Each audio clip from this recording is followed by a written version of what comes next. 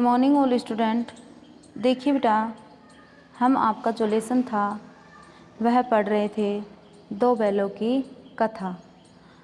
आगे इसको कंटिन्यू करते हैं। ये देखिए, इसमें कल का दिया हुआ है कि मुझे मारेगा तो मैं भी एक दो को गिरा दूंगा। नहीं, हमारी जाति का यह धर्म नहीं है। ये दोनों बैलों के बीच में बातचीत हो रही थी मोती और हीरा के बारे में। तो आगे देखिए इसमें कि जो मोती है और हीरा है वो दोनों क्या बातें करते हैं। ठीक है, देखिए, मोती दिल में ऐंठ कर रह गया। मोती दिल में ऐंठ कर रह गया। आ पहुंचा, दोनों को पकड़कर ले चला। कुशल हुई कि उसने इस वक्त मारपीट न की, नहीं तो मोती भी पलट पड़ता। मोती कौन था? बैल। उसके तेवर देखकर और उसके सहायक समझ गए कि इस वक्त टाल जाना ही मसलहत है। मसलहत यानी हितकारी, हितकारी। ठीक है, हितकारी। आज दोनों के सामने फिर वही सूखा भूसा लाया गया। आज दोनों के सामने फिर कैसा भूसा डाला गया? सूखा। दोनों चुपचाप खड़े रहे। घर के लोग भोजन करने लगे। उस वक्त छोटी सी लड़की दो रोटियां लिए निकली और दोनों के मुंह में देकर चली गई। जब भोजन कर रहे थे सभी, तो उस घर में से एक छोटी सी बच्ची आई और वो क्या क्या किया उसने? उस दोनों के मुंह में एक एक रोटी देकर चली गई। आगे देखिए, दोनों के मुंह में देकर चली गई। उस एक रोटी से इनकी भूख तो क्या शांत होती, पर दोनों के हृदय में मानो भोजन मिल गया। यानी वो दोनों खुश हो गई। उनको क्या मिला? अपनत्व, आत्मीयता, प्रेम मिला, जिससे कि उनको ऐसा लगा मानो भोजन मिल गया। यहाँ भी किसी सज्जन का वास है। वास का मतलब रहना। लड़की भैरों की थी, उसकी माँ मर चुकी थी। लड़की किसकी थी? भैरों की थी और उसकी माँ मर चुकी थी। सौतेली माँ उसे मारती रहती थी, इसलिए इन बैलों से उसे एक प्रकार की आत्मीयता हो गई थी, यानी स्नेह हो गया था। क्या हो गया था? स्नेह या प्रेम हो गया था। किनसे? बैलों से। किसको? उस छोटी सी बच्ची को। आगे देखिए इसमें, दोनों दिन भर जोते जाते, डंडे खाते, अड़ते।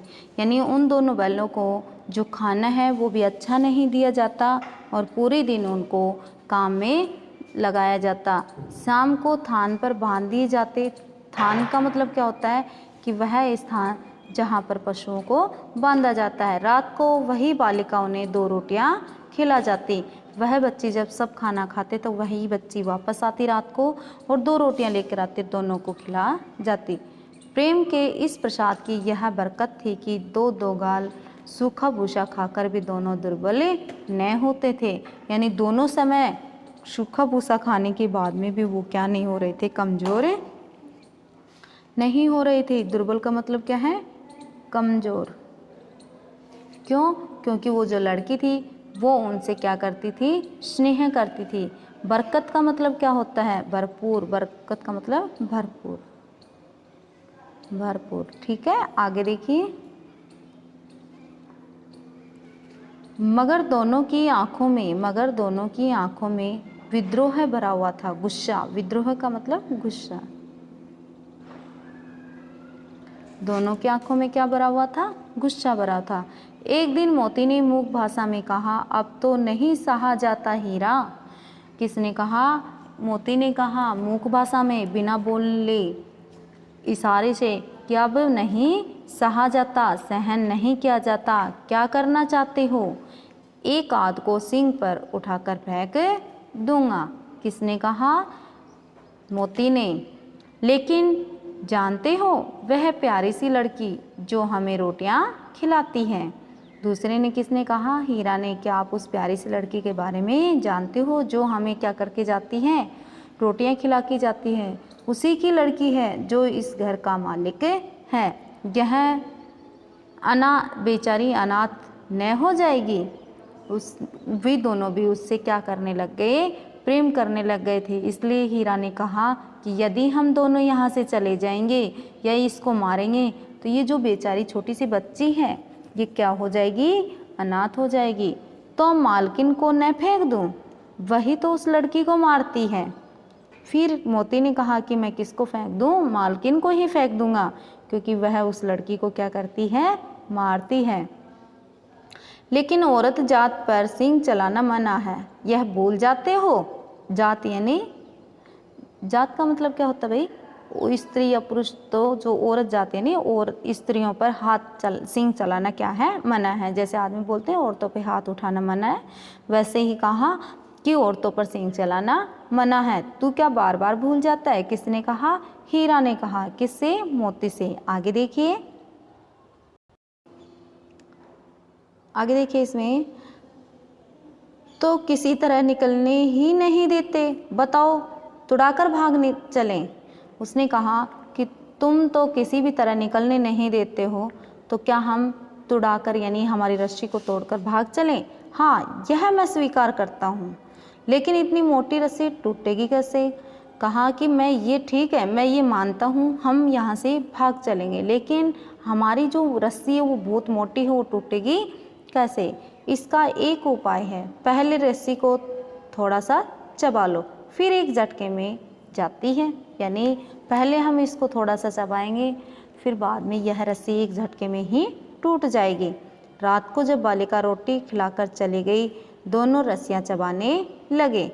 कि जब वो छोटी सी बच्ची थी तो वो रोटियां देकर चली गई थी खाने के लिए। उसके बाद में उन दोनों ने रस्सी चबाने लगे, पर मोटी रस्सी मुंह में न आती थी। बेचारे बार बार जोर लगाकर रह जाते थे। यानी उस गया ने उन दोनों को मोटी रस्सी से बांधा हुआ था और वो रस्सी उनके मुंह में नहीं आ रहे थे। सहसा घर का द्वार खुला।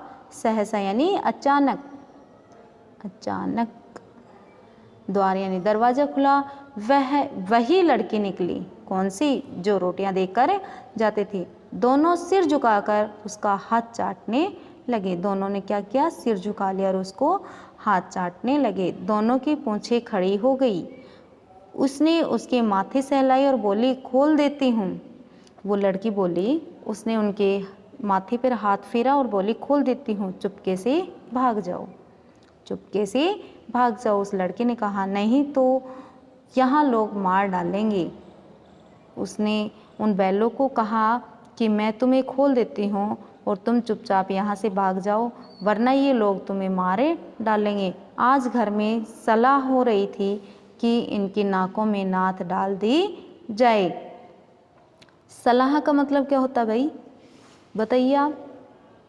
यानी बातचीत करना, विचार विमर्श करना कि इनके नाकों में नाथ क्या होती है। आपने देखा होगा कि नाक को बीच में से फोड़कर, यानी नाक के बीच में से छेद निकालकर और रस्सी डालते हैं। आपने बैलों के देखा होगा, ऊँटों के देखा होगा, देखते ना ऊँट की रस्सी डली हुई होती है वैसे नाकों में। तो कहा कि नाथ डाल दी जाए। उसने गराव खोल दिया। गराव आप जानते हो, गराव का मतलब मैंने कल बताया था, या आप जैसे बेल जानते हो, भैंसों की, गाय बैल पशु सब के बेल से बांधते तो गराव उसी को बोलते हैं। पर दोनों चुपचाप खड़े रहे। मोती ने अपनी भाषा में पूछा, अब चलते क्यों नहीं। मोती ने फिर कहा हीरा से कि अब क्यों नहीं चल रहा, अब तो ये लड़की है, यही हमें क्या कर रही है, निकाल रही है। हीरा ने कहा, किसने कहा, हीरा ने कहा, चले तो, लेकिन कल इस अनाथ पर आफत आएगी। आफत का मतलब होते हैं मुसीबत,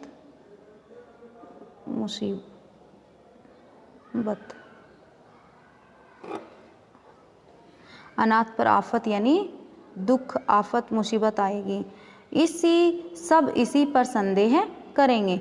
सब इसी पर क्या करेंगे, आफत का मतलब मुसीबत, इस पर संदेह करेंगे। सहसा बालिका चिल्लाई, दोनों फूफा वाले बैल भागे जा रहे हैं। सहसा अचानक चिल्लाई। उसने बेल खोल दी और फिर वो चिल्लाने लगी कि दोनों जो फूफा वाले बैल थे वो क्या कर रहे हैं, भागे जा रहे हैं। ओ दादा दादा, दोनों बैल भागे जा रहे हैं, जल्दी दौड़ो। गया हड़बड़ाकर भीतर से निकला और बैलों को पकड़ने चला। हड़बड़ाकर यानी जल्दी में निकला और दोनों बैलों को पकड़ने चला। गया ने पीछा किया और भी तेज हुई, यानी जैसे ही गया उसके पीछे भागने लगा, वो तेज भागने लगे। गया ने शोर मचाया, फिर गांव के कुछ आदमियों को भी साथ लेने के लिए लौटा, यानी गया ने शोर मचाया और वो वापस लौटा अपने गांव में, और गांव के कुछ आदमी साथ लेकर चलने लगा। दोनों मित्र को भागने का मौका मिल गया। दोनों मित्र क्या थे, भागने का जो मौका था वो मिल गया और वो भाग गए, सीधे दौड़ते चले गए और वे दौड़ने लग गए और भागते भागते चले गए। यहाँ तक कि मार्ग का ज्ञान न रहा। मार्ग यानी रास्ता, वो रास्ता था वो भी भटक गए जिस परिचित मार्ग से आए थे, यानी दौड़ने लगे तो वो अपना मार्ग भी क्या हो गया, भूल गए। उसका यह पता न था। नए नए गांव मिलने लगे, तब दोनों एक खेत के किनारे खड़े होकर सोचने लगे अब क्या करना चाहिए, क्योंकि दोनों क्या हो गए थे, रास्ता भूल गए थे और रास्ता उनको पता नहीं था। तो अब वो क्या करें, तो दोनों एक खेत के पास खड़े होकर सोचने लगे। हीरा ने कहा, मालूम होता है राह भूल गई। राह यानी रास्ता। हीरा ने मोती से कहा कि मोती, हम रास्ता भूल गए हैं, तुम भी तहाशा भागे, वहीं उसे मार गिराना था। किसने, हीरा ने।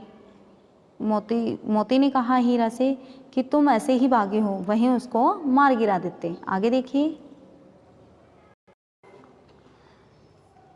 आगे इसमें दिया हुआ है, उसे मार गिराते तो दुनिया क्या कहती, वह अपना धर्म छोड़ दे, वह अपना धर्म छोड़ दे, लेकिन हम अपना धर्म क्यों छोड़े। फिर भी वो देखो पशुओं में कितनी दयालुता है कि यदि आदमी मारता है तो क्या हम भी उसकी तरह बन जाए, हम भी मारने लग जाए।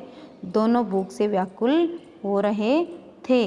खेत में मटर खड़ी थी, चरने लगे। दोनों क्या हो रहे थे, अब वो भागे तो उनको भूख लग गई और भूख लगने से वो खेत में मटर खड़ी थी उसको खाने लग गए। रह रहकर आहट लेते रहे, कोई आता तो नहीं है, और बीच बीच में वो चारों तरफ देखते कि कोई आ तो नहीं रहा है। आगे देखिए, अगला है, जब पेट भर गया दोनों ने आज़ादी का अनुभव किया। आज़ादी यानी खुलापन, स्वतंत्रता, तो मस्त होकर उछलने कूदने लगे। पहले दोनों ने डकार ली, पेट भरता तो आप भी लेते हो ना, तो उसने भी डकार ली। सींग, दोनों ने सींग मिलाई और एक दूसरे को ठेलने लगे। मोती ने हीरा को कई कदम पीछे हटा दिया, यहाँ तक कि वह खाई में गिर गया। कौन गिर गया, हीरा। मोती ने हीरा को कई कदम पीछे हटाया तो वो खाई में गिर गया। तब उसे भी क्रोध आया, संभल कर उठा और फिर मोती से मिल गया। मोती ने देखा खेल में झगड़ा हुआ, चाहता है तो किनारे हट जाए, यानी दोनों खेल कूद करने लगे, उनका पेट भर गया। ठीक है, आज के लिए हमने जो पढ़ा 2 भाग कंप्लीट हो गए। कल हम इसका अगला भाग देखेंगे। ठीक, ओके।